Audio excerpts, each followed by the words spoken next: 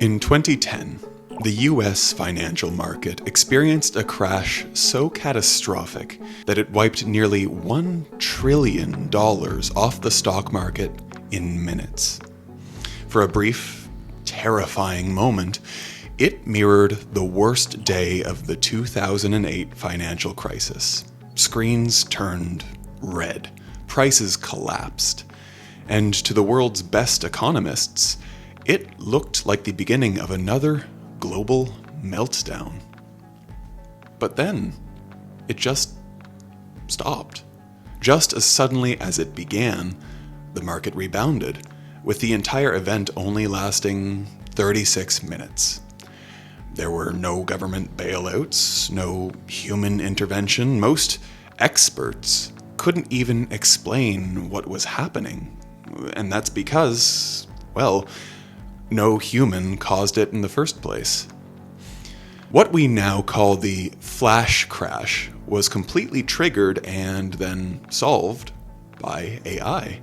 And it wasn't a single rogue AI or some sentient system. It was something more troubling. A subtle chain reaction. A massive automated sell order executed by an algorithm, colliding with thousands of other high-frequency trading systems. These programs, designed to react faster than any human ever could, began feeding off of each other's decisions. Selling triggered more selling, and within seconds, the system spiraled into complete chaos. The scariest part of all of this was that none of these programs were broken. In fact, they were all working exactly as designed. No human could fully understand what was happening in real time, and no human was fast enough to stop it. By the time anyone realized the scale of the collapse, the machines had already corrected themselves and stabilized the markets, all on their own. The government called it a glitch. The code was tweaked, and then the world just moved on. But that moment should have been a warning for all of humanity. What happens when we build systems so efficient that even the smartest people can't slow them down when they spiral out of control? What happens when something designed with good intentions follows those intentions to their logical extreme, even when it starts working against us? And more importantly, what happens when these systems stop being tools and they start to become something else, with their own will and desires? Because what we saw in 2010, it wasn't AGI, not even close. It was just the very first level. And what's to come is far more terrifying. The flash crash was caused by what we call machine learning, the very first level of AI. These programs aren't capable of independent thought or reasoning. They're trained to achieve one task by learning a bunch of very specific information, instead of training it with a set of rules like regular computer programs. It's shown millions of examples until it figures out the optimal pattern by itself. The machine learns on its own, ergo, machine learning. When successful, it's able to run that task much faster than humans like us, because it's able to find a much faster path through the maze than we could ever even imagine. We've had these for decades, by the way. These are spam filters, fraud detection systems, GPS routing. We've lived alongside these systems even though we have never really called them AI. One of the best and worst examples of machine learning at work is most likely the reason that you're even watching this video in the first place. YouTube says that around 66% of people who watch our videos aren't subscribed.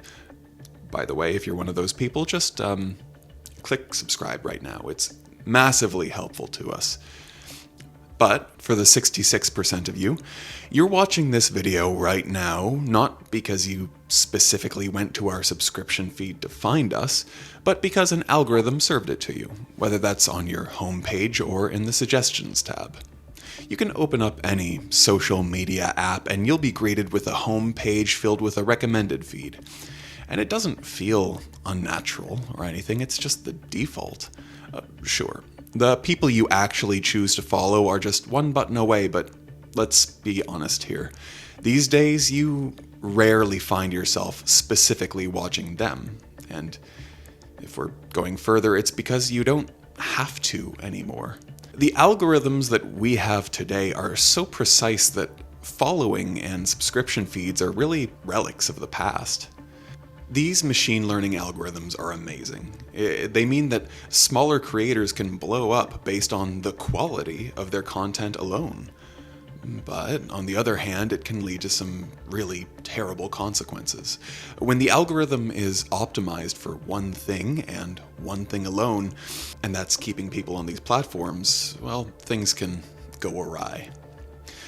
In 2012, Facebook ran one of the most infamous social experiments of all time.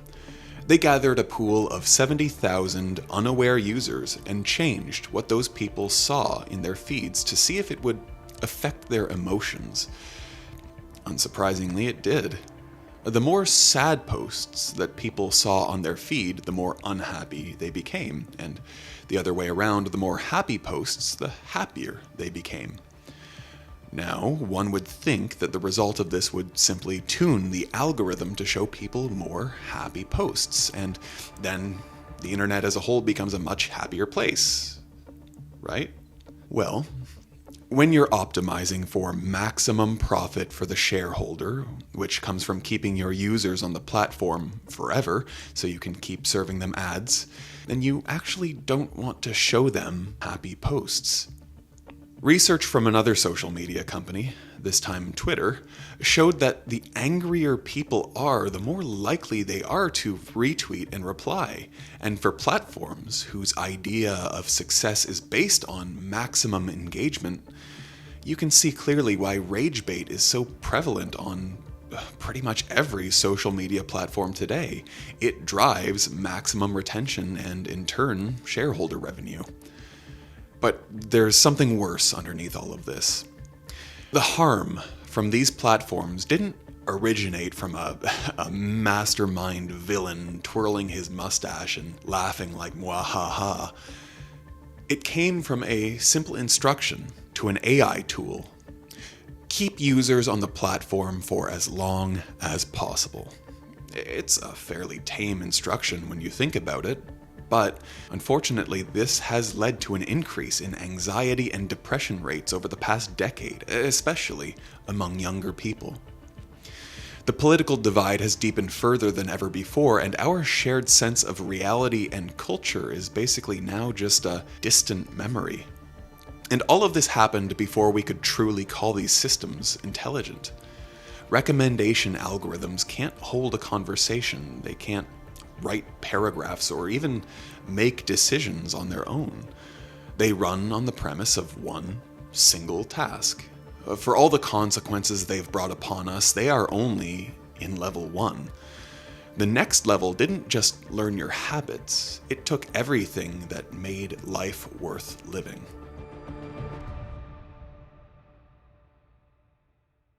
At this level, AI handles language, reasoning, and creative work across virtually every domain. These are the systems behind ChatGPT, Claude, and Gemini. They don't just execute a single task, they are trained on essentially the entire written output of all of human civilization, and that's why they can pretty much do anything, whether that's writing, reasoning, or even coding. And naturally, AI at this level is threatening the livelihoods of millions of people around the world. In March 2026, 30,000 workers at Oracle woke up to an email that was sent at 6 a.m. confirming their layoffs. They weren't beating around the bush when explaining why. AI was responsible. It was a wake-up call that nobody could ignore. When most companies transition into unpopular development strategies, they tend to use flowery language to cover up that mess. But by saying it out loud, we've seen that the gloves have finally come off, and that displacement is now becoming the new normal. Across the economy, job postings for thousands of cognitive jobs have suffered steep drops. From writing to entry-level coding, that pattern has held constant. Tasks that required a human just a few years ago can now be done fully by AI, faster and cheaper. Even international bodies are acknowledging this troubling trend. The World Economic Forum noted that while new jobs would eventually be created, millions of existing roles were bound to be disrupted in the coming years. Numbers can only tell so much of this story, though. This shift threatens something that is fundamental to the human experience: meaning. No matter the language or the location, the question of what do you do resonates. Work isn't just tied to how you earn money, it's the thing that structures your days and even the lives of those around you. The grandchild of a carpenter learned about the world through the lens of an experienced builder. Similarly, the daughter of a librarian expands her mind through the endless knowledge attached to her mother's profession. In a world where work goes away, it's not just a paycheck that disappears. It's a lifetime of experiences and a sense of purpose. Without a place in the world, the question of why you're here begins to linger even stronger. In a lot of Schopenhauer's works, he's often argued for the idea that as soon as man has leisure to think, he begins to be miserable. So, by that line, what happens when all we have is leisure time to think? And I know that the tech bros out there all love to talk about how AI will create many more jobs and people can just upskill. But you can't just recode a human being. A 55-year-old factory worker in Ohio won't suddenly upskill his way into becoming a prompt engineer by Monday morning. That crucial gap in identity, in location, in timing, that's where real people get lost. You've spent years experiencing the diverse paths in front of you only to see it all stripped away. And what do you get in exchange? A gray, dull, mass-produced slab. It's like looking at modern architecture compared to what we had in the Renaissance. It's faster, sure, maybe more efficient, but efficiency for the sake of profit almost always ends in gray, lifeless dross. The optimists have an answer for all of this. Strong arguments across the board loudly give an impression that it will all even out, and you know what, we'll be fine, don't worry about it. Looking back, it's clear that the Industrial Revolution was a moment where various categories of work disappeared and society eventually adapted. Likewise, the calculator didn't end accounting, it only changed what accountants did. These reports tell us that for every previous wave of automation, there is a tendency for humans to move into more complex, judgment-based work. But where do we go from here? Moving upwards requires somewhere to go. When these innovations arrived, humans were clearly ready to rise to a higher kind of labor. We stepped into work that was too complex, too social, and too creative for machines. We got jobs like therapists and programmers. Meanwhile, the machines took on the physical tasks. But what happens when the AI improves faster than humans can adapt? Or even worse, they climb every single ladder and become better at doing everything that humans can do. Level 3 is where AI stops being something that you use and it becomes something that acts on its own. Agentic AI means that the AI has agency. It doesn't wait for your next prompt. It takes a goal and breaks it into steps, then executes those steps across multiple tools and systems. It's a relentless design that keeps going until the job is done. You set the destination, and then it just drives itself from there. If you went to college, then I'm sure you're familiar with the concept of an academic advisor, a person who recommends the ideal courses to take depending on your major, your current year, and your own personal ambitions. The best advisors ask a bunch of questions before giving you their recommendations, and when the session is over, you're the one who finally decides how you'd like to use that advice. Through the interaction, nobody forces your hand or traps you in a specific path. Roles like this are popular in society. They're physicians and therapists and even friends. They all fall under the umbrella term of consultation. When you consult someone about something, you take their input and you make the decision for yourself. Now, if you're working for an organization and you're given a brief to communicate to your team members, you're not free to choose how you wish to interpret the brief. After all, it's crucial that the message is handed as the boss described. Typically, this role your boss gave you isn't a consultation, but rather a delegation. You are required to perform the task exactly as you were told. This distinction between consultation and delegation is hugely important. Because when stakeholders in modern AI advertise their products, they advertise consultation a lot more because they know that's way less scary to think about. But the reality is that most people and institutions use AI more as delegation than consultation. At the individual level, this is mostly fine. You can nitpick. You can have an AI help you manage your calendar, route your GPS, or even manage your entire routine using an AI agent. The problem steps in when you scale this to an institutional level. When you have entire governments and economies that are left in the control of AI. We're talking about stuff that shapes the way millions of people live.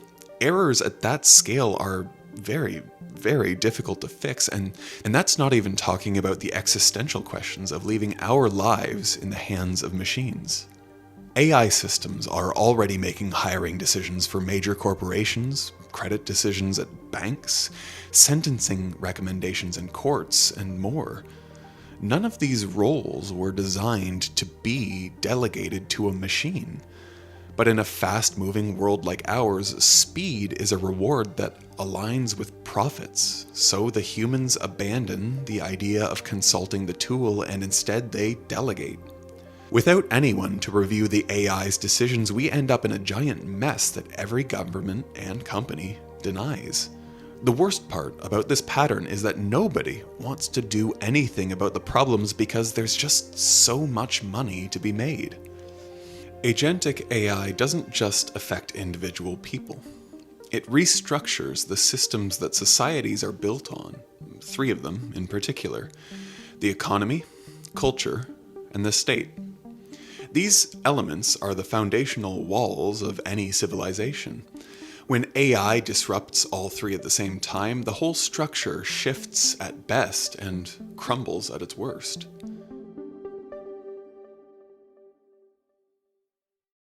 The economy has always been a bit elusive in its nature, and that's by design.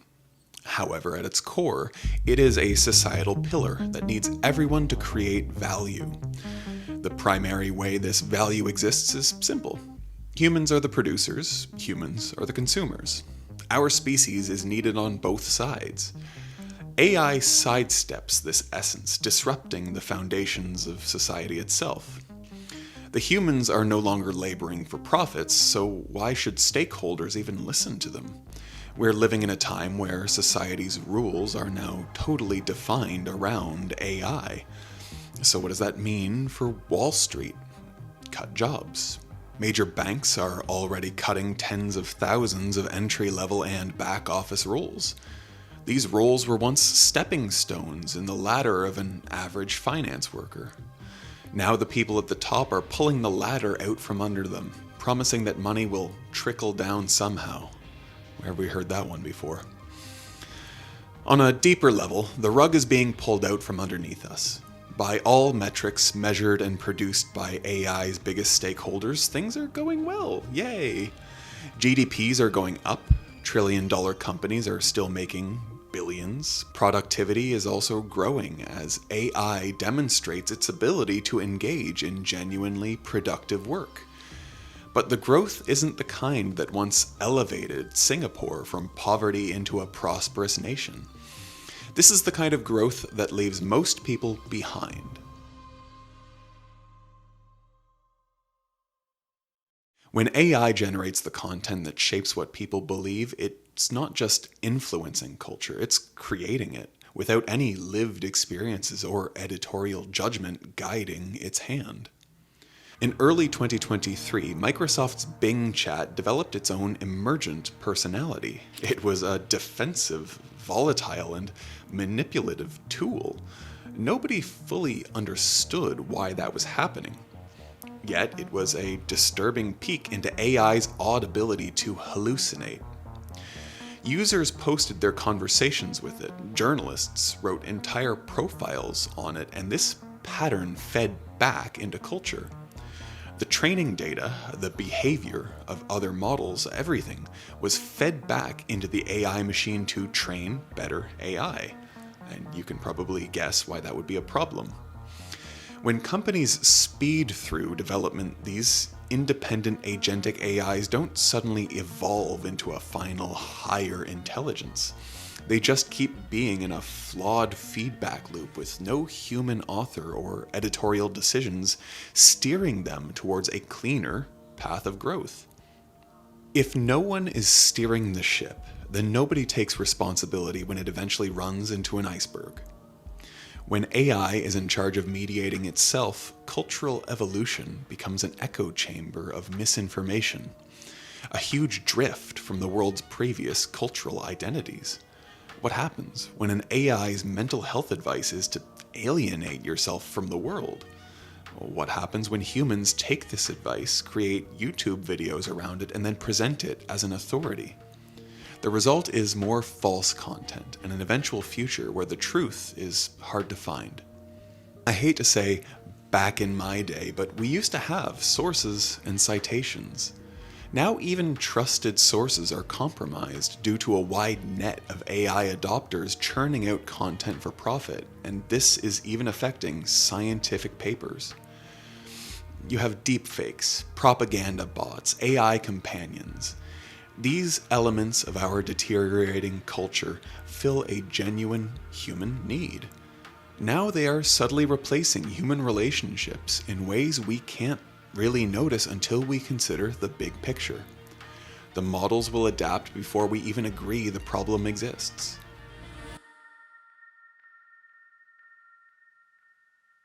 I have a question for you. What does it mean to love your country? It's a question many people don't really care to answer these days. After all, the world has opened up thanks to the internet. A good chunk of people would opt to move somewhere else if they could. Yet, deep down, most of us have at least a small level of pride in our national identities. Not in a go die in a war sort of way, no.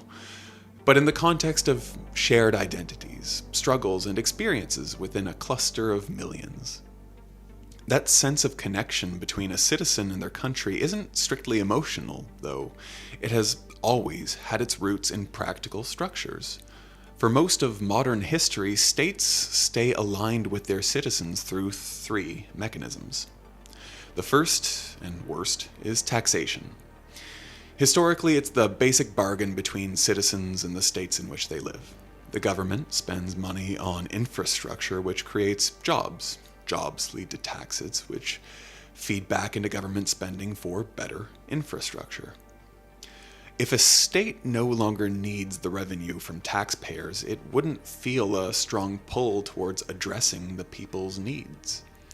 In political science, the official term for this is called a rentier state. The term is usually linked to nations that primarily drive their profits from resources like oil. Today, there are many countries that aren't blessed with natural resources, so their governments have had to invest in human capital to keep the lights on. Now, if countries can fund themselves by simply creating massive AI data centers for the world's richest companies, the interests of working people will be left completely ignored. AI's revelation isn't just that we are approaching a loss of jobs, it's that we could be left completely in the dark while a few people reap all the rewards. The second is security. This was always supposed to protect citizens, not monitor them. In 2025, the United States Department of Homeland Security created something called Immigration OS. It's a mass surveillance tool designed to monitor deportation initiatives autonomously. Meanwhile, in Poland and Delhi, India, citywide facial recognition programs began running in that same year. Around the world, states are building surveillance infrastructure using AI. The evidence is public and they aren't hiding it. A long time ago, we learned about how governments serve the people. In the age of AI, the real objectives are finally starting to emerge, and regular people have almost no say in what happens as a result. Then there's the legal system. It's the last line of accountability between state power and individual rights. Honestly, ever since AI came into the mainstream, it's like legality became negotiable. On a statewide level, AI's relationship with the law only gets more concerning. You see, it's already capable of drafting contracts, legal documents, and bail considerations. If we stick to this path, who knows what could be getting injected into these agents to favor state rulings over the will of the people. Beyond that, an AI-powered legal system creates a loophole that creates decisions that humans can no longer meaningfully contest. The same AI that runs a high court would be running the Supreme Court, so appealing a ruling might as well be running the same prompt twice and hoping for a different result. Honestly, with how terrible some of the current tools are, that might actually work, but I digress. When the people's blood, sweat, and tears, our collective toil, and our spirit are no longer shaping national identities, what's left to even fight for? Legal systems are beyond human comprehension at that point. Security is dedicated to surveillance, and there's a workforce built on the backs of thoughtless machines. In such a future, what obligations do states have to the citizens that remain? Anthropic was recently blacklisted by the US government for daring to tell them to not use their AI tool, Claude, for autonomous weapons and domestic surveillance of US citizens. To any normal person, those two requests sound very reasonable, but unfortunately, not for the US government. This signaled a crucial message. If you don't follow the state's will, you don't have a seat at the table for an AI-powered future. And we've still not gotten to the level where AI is good at everything, but that comes next.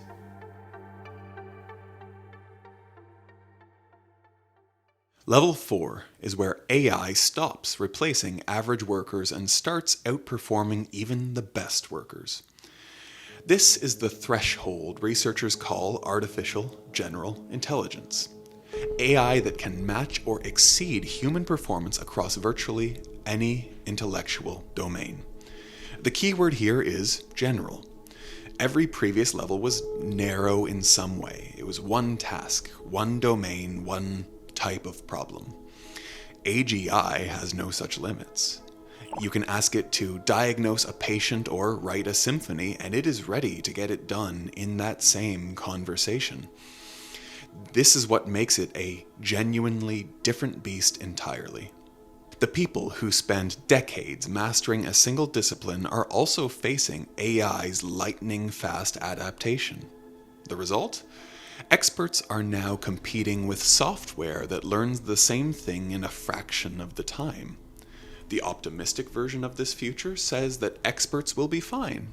So let's test that. Picture a radiologist who spent a decade in medical school. In his eyes, there is an undeniable light at the end of that tunnel. Once the training is over, he will have a rare skill that allows him to see things in an image that most people would miss. With such a specific skill set, he's rewarded with a stable career. Well, fast forward to 2025, and his career path takes a sharp turn. AI systems can now autonomously sort the priority of normal chest x-rays in Europe. And here's the kicker. Those same AI systems are also catching cancers that human radiologists miss. It's a lifesaver and a huge step for medicine. If those patients were only scanned by humans, many of them would have been worse off. And yes, these AI systems are saving lives. But the radiologist's job is changing in ways that are genuinely alarming. Demand has technically gone up, and they are averaging $520,000 yearly in the US, and on paper there's no real cause for alarm. However, the thing that makes a radiologist valuable is fading away. The skill that he spent a decade mastering is now matched by software in less than a fraction of the time. The radiologist still has a job, but the thing that once made him irreplaceable is gone. And that's a different kind of loss, especially when it's spreading far beyond just medicine. Right now, we are in the good old days. You just can't feel it yet. Nothing proves that better than another concerning triumph from 2025. This time it's the International Math Olympiad, where an AI system called Alpha Proof won gold for solving the same problems that challenge the best young mathematicians in the world. This is a competition that even North Korea participates in to boost its reputation. What does this mean for the humans who devoted their lives to mathematical excellence? If we retrace our steps in history, mathematics was never just about finding the correct answers. It's a field that's deeply tied to the human condition. In many ways, it's a celebration of our presence here, communicating with the universe in a language that the universe understands. In the hands of AGI, the answers will probably be more correct than they've ever been. Hooray. But in handing that power to machines, will we care enough to make the most of the answers that we receive? Once AI can match the best humans, will people be willing to try anymore? That unseeable yet essential part of human mastery might disappear. The worst part is that we may never get it back. Even if future humans wish to become experts through their own effort, they'll likely be surpassed even then by AI.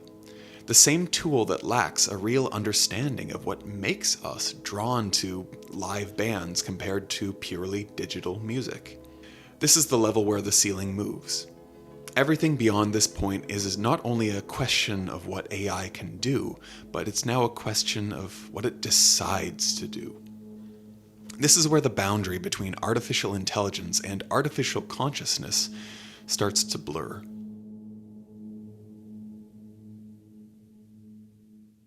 Artificial superintelligence is AI that doesn't just match human intelligence. It surpasses it across every domain simultaneously by a margin humans can't even compare. It's improving itself faster than humans can think. Think about what that margin means. It's not ASI being slightly better than the best humans at chess.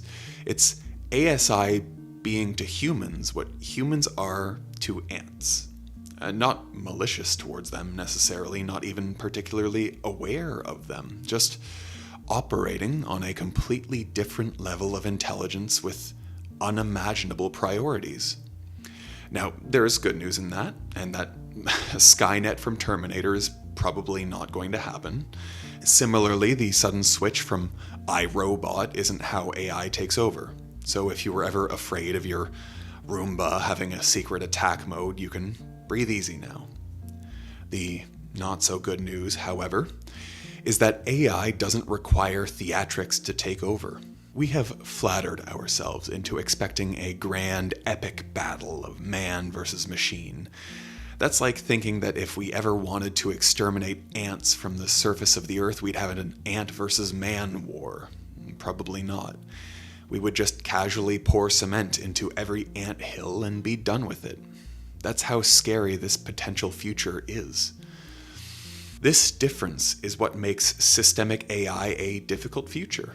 Every level showed one piece of the puzzle. Level 1 optimized your own attention. Level 2 then took away your job. Level 3 started making decisions for you. Level 4 outperformed your best. None of it required a villain, so to speak. When all 4 of these levels are in sync, that's when things get almost unbeatable. Economic displacement happens due to the results of levels 1, 2, and 3. The governments respond by investing more in AI.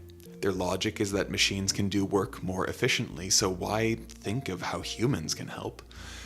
As governments invest deeper into these thought patterns, they would want to protect their investments with a firmer grip, so the effects of level 4 kick in much more intensely.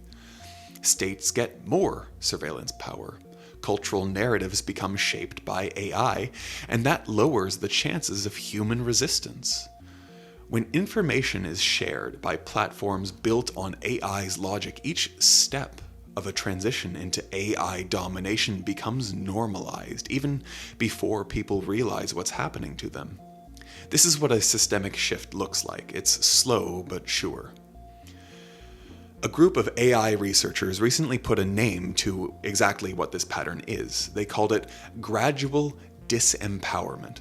It's the idea that you don't need a sudden leap in AI capabilities or a dramatic betrayal to lose control of your own civilization or even your own sense of agency. You just need everyone to keep doing exactly what they're doing right now. That's why the gradual disempowerment paper reads less like a warning and more like a description of what we already have going on. The vulnerabilities it identifies are not hypothetical. They are 4 levels that you are watching unfold. It's like water seeping into a crack that you can't be bothered to fix. There isn't anyone doing anything wrong. It's just a collapse that feels as inevitable as a natural evolution. Go back to what we said earlier about Anthropic's disagreement with the US government. The same company that was considered a supply chain risk was an involuntary participant in missile strikes targeting Iran. In the Gradual Disempowerment paper, there's a quick analogy that highlights a glimpse into the darkness on the horizon. Cattle in industrial farms are fed and housed. They get to experience their basic needs and serve their existential purpose. It's a simple and almost satisfying proposal. It's not like the cattle will be physically unhealthy. By all relevant metrics, these cattle live adequate enough lives. At level 5, we won't be so different from these industrial cattle. So the threat isn't rooted in neglect. It's something hard to name and even harder to accept. It's a world without any meaningful participation in our own civilization. A world where human needs are met at a baseline by systems that no longer require our input to function. These systems have no structural reasons to consult human preferences about anything beyond our baseline needs for survival. The scariest part isn't that this future is coming, it's the fact that every single step towards it looks completely reasonable from the inside. Of course, algorithms are well optimized, and jobs can be automated, and even decisions can be delegated. At every step, each shift has made sense. That's why level 5 is different from every dystopian story that you've ever watched. Nobody set out to build a cage for humanity.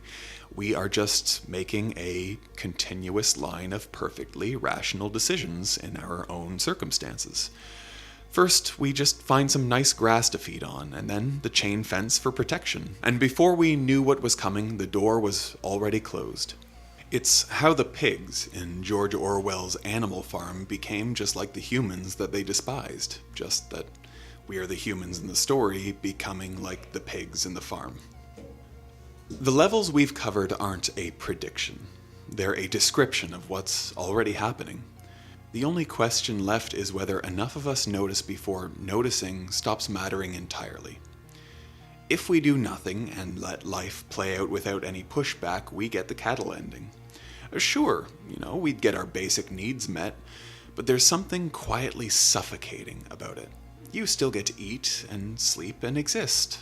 Hooray for you. Yet you're also not experiencing the beautiful randomness of a life where free will exists. You just exist. And that's it. That's all they will ever need from you. In the best case scenario, humans and AI engage in genuine collaboration, like with radiologists and AI today. It's a division of labor where each party plays a role they are genuinely competent at. We would also have economies that redistribute AI-generated wealth in ways that free people for work that they actually care about, rather than what they are economically compelled to do.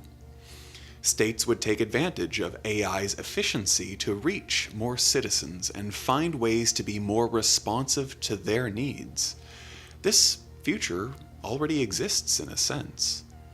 In Estonia, AI-assisted scientific research is compressing decades of discovery into a few years. It is a future that is still possible, but only if we make the right choices today. The most likely scenario, however, is this: uneven.